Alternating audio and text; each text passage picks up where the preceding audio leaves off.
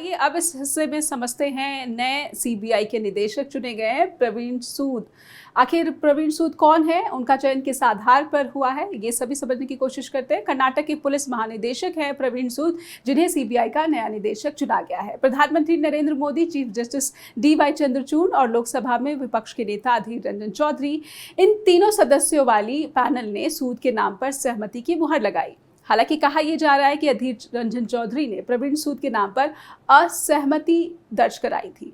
अधीर रंजन चौधरी का यह कहना था कि प्रवीण सूद का नाम अफसरों के उस पैनल में शामिल नहीं था जिनके नाम सीबीआई निदेशक के पद के लिए शॉर्टलिस्ट किए गए थे। चलिए करते हैं पूरे मामले को डिकोड, समझने की कोशिश करते हैं कि सीबीआई के नए निदेशक का चयन किस आधार पर हुआ है और सीबीआई निदेशक का पद आखिर विवादों में घिरा क्यों रहता है। सीबीआई के मौजूदा निदेशक है सुबोध कुमार जायसवाल। महाराष्ट्र कैडर के IPS हैं सुबोध कुमार जायसवाल और वो 25 मई को रिटायर हो रहे हैं। प्रवीण सूद उन्हीं की जगह लेंगे और उनका कार्यकाल, प्रवीण सूद का 25 मई के बाद का जो कार्यकाल होगा वो 2 सालों का रहने वाला है। प्रवीण सूद कौन है, आइए ये भी समझते हैं और उनकी उपलब्धियां क्या क्या हैं ये भी समझेंगे। प्रधानमंत्री Narendra Modi, chief justice DY Chandrachud और लोकसभा में विपक्ष के नेता अधीर रंजन चौधरी वाली सदस्य पैनल ने उनके नाम पर सहमति दी। आखिर किस आधार पर ये सब कुछ हुआ, इस ग्राफिक्स की मदद से समझने की कोशिश करते हैं। प्रवीण सूद जिनका चयन हो गया है वो असल में 2013 में प्रवीण सूद को Karnataka state police housing corporation के MD का पद दिया गया था। तो हम चाहते हैं कि दर्शकों के सामने ये ग्राफिक्स रखा जाए जिसमें सूद की जो उपलब्धियां हैं वो यहाँ पर सामने रखी जाए। सूद कौन है, आखिर किस आधार पर उनका चयन हुआ है सीबीआई के नए डायरेक्टर के रूप में। तो 2013 में प्रवीण सूद को Karnataka state police housing corporation के MD का पद दिया गया था और सिर्फ 9 महीनों में ही उन्होंने इसका टर्नओवर 160 करोड़ रुपए से बढ़ाकर 282 करोड़ रुपए पर पहुंचा दिया था। ये उनकी एक उपलब्धि कही जाती है। पुलिस कमिश्नर रहते हुए बेंगलुरु में उन्होंने नम्मा 100 नाम की एक सेवा शुरू की थी और ये सेवा थी मुश्किल में फंसे लोगों के लिए रिस्पॉन्स सर्विस। इससे भी काफ़ी जो है प्रशंसा मिली थी। बेहतर प्रदर्शन के लिए प्रवीण सूद को 1996 में मुख्यमंत्री की तरफ से गोल्ड मेडल मिला था।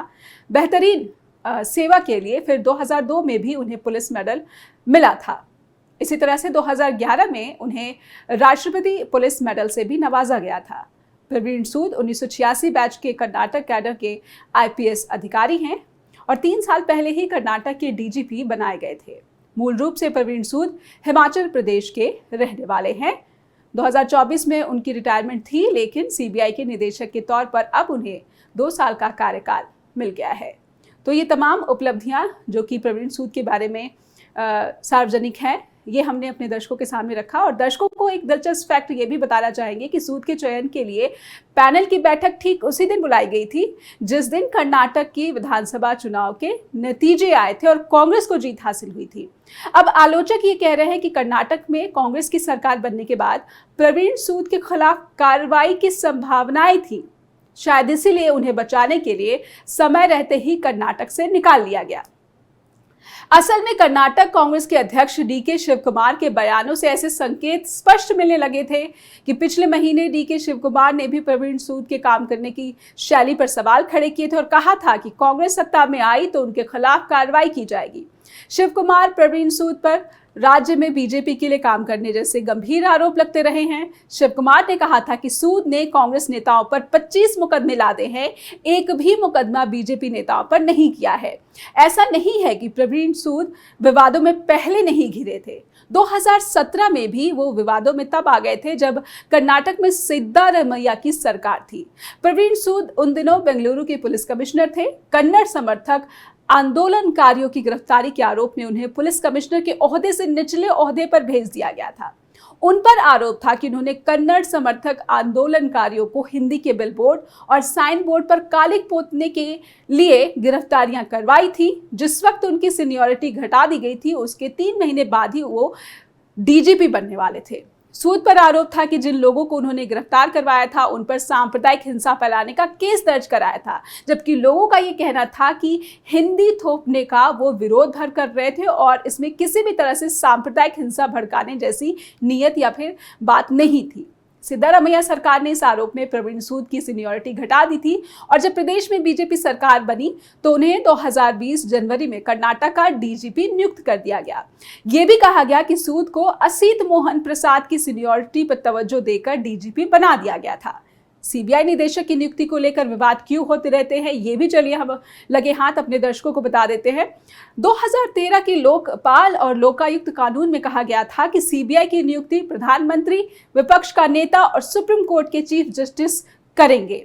सीबीआई डायरेक्टर की नियुक्ति में पारदर्शिता लाने के लिए ये व्यवस्था की गई थी, लेकिन अमूमन इस पद के कैंडिडेट का चयन केंद्र सरकार के मंत्रालय की ओर से चयनित उम्मीदवारों की पूल से ही होता रहा है।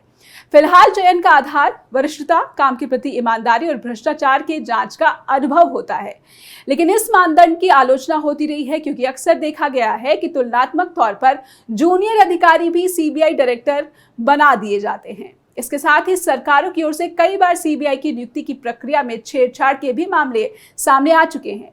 2018 में तत्कालीन सीबीआई डायरेक्टर आलोक वर्मा और सीबीआई के स्पेशल डायरेक्टर राकेश अस्थाना के बीच लंबी लड़ाई भी देखने को मिली थी। अस्थाना सरकार के करीबी समझे जाते थे और वर्मा की ओर से भ्रष्टाचार के आरोप लगाने के बावजूद उन्हें स्पेशल डायरेक्टर बना दिया गया था। इसके बाद अस्थाना ने भी वर्मा पर भ्रष्टाचार के आरोप लगाए थे। 23 अक्टूबर 2018 को वर्मा अस्थाना दोनों को छुट्टी पर भेज दिया गया था। इसके बजाय नागेश्वर राव को अंतरिम निदेशक बना दिया गया था। राव उनकी तुलना में कम अनुभव वाले अफसर थे, लेकिन जानकारों के अनुसार उन्हें भारतीय जनता पार्टी का आदमी माना जाता था। 14 नवंबर 2021 को मोदी सरकार ने एक अध्यादेश पेश कर दिया जो सीबीआई डायरेक्टर को 5 साल का एक्सटेंशन देता है। हालांकि अभी उनकी नियुक्ति 2 साल के लिए होती है।